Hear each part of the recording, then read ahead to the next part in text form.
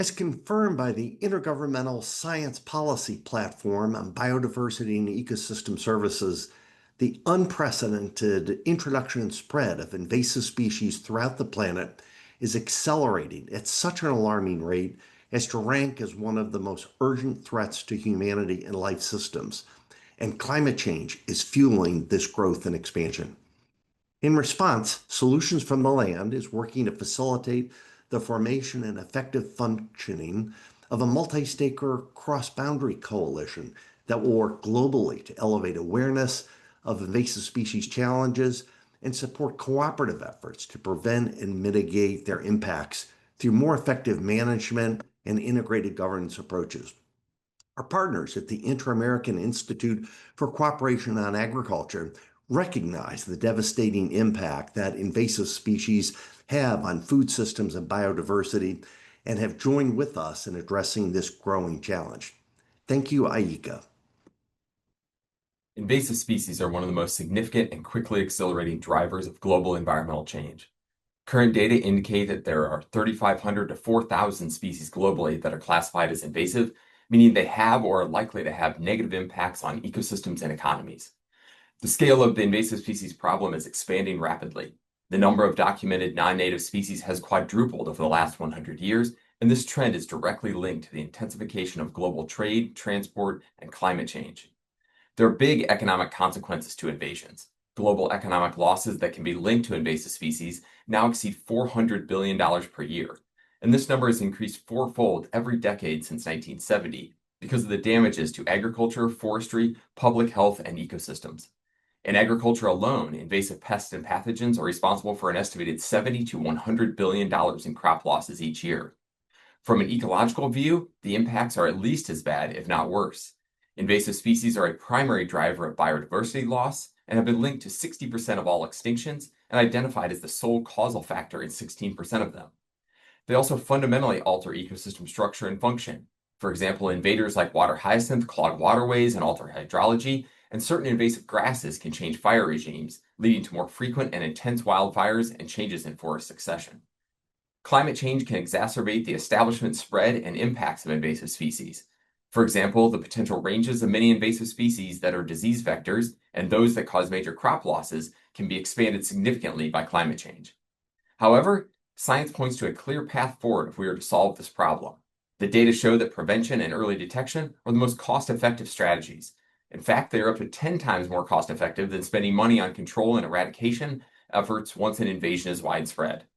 To help solve the problem, we need to focus more on strengthening biosecurity, investing in global monitoring and data collection, and implementing rapid response efforts to reduce the economic and ecological impacts of invasions. One of the greatest challenges for farmers, ranchers, foresters, fishers, and pastoralists is not necessarily changing climate, although that's a threat, but the threats that come from invasive species is as big a challenge and a immediate challenge for so many of us around the world these days that it's risen to the point of being one of the greatest crisis points for us to deal with. Invasive species can attack us in so many ways.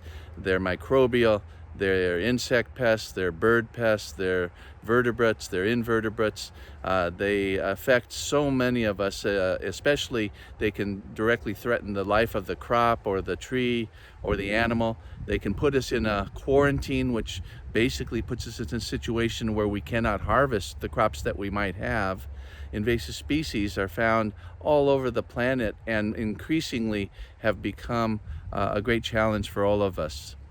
In fact, the accelerating threats from invasive species has pushed us to the point of trying to elevate this issue so that we can find more protection and more investment in dealing with our prevention, the detection, we call it the delimitation, find out how big the infestation is, and eventually the eradication, and then monitoring for how well we've taken care of that different invasive that might come into our fields and our forests and our deserts and our waterways. It continues to be a problem that many people don't quite understand, like the farmer and the rancher and the forester and the fisher and the pastoralist understand, because it's an immediate threat once it shows up. And our goal is to try and prevent them from coming in, but more importantly, to share with the community how important a crisis this is and why they need to be concerned and supportive of our efforts to stop them. Greetings to you all, and thank you so much for inviting me to speak on this incredibly important issue.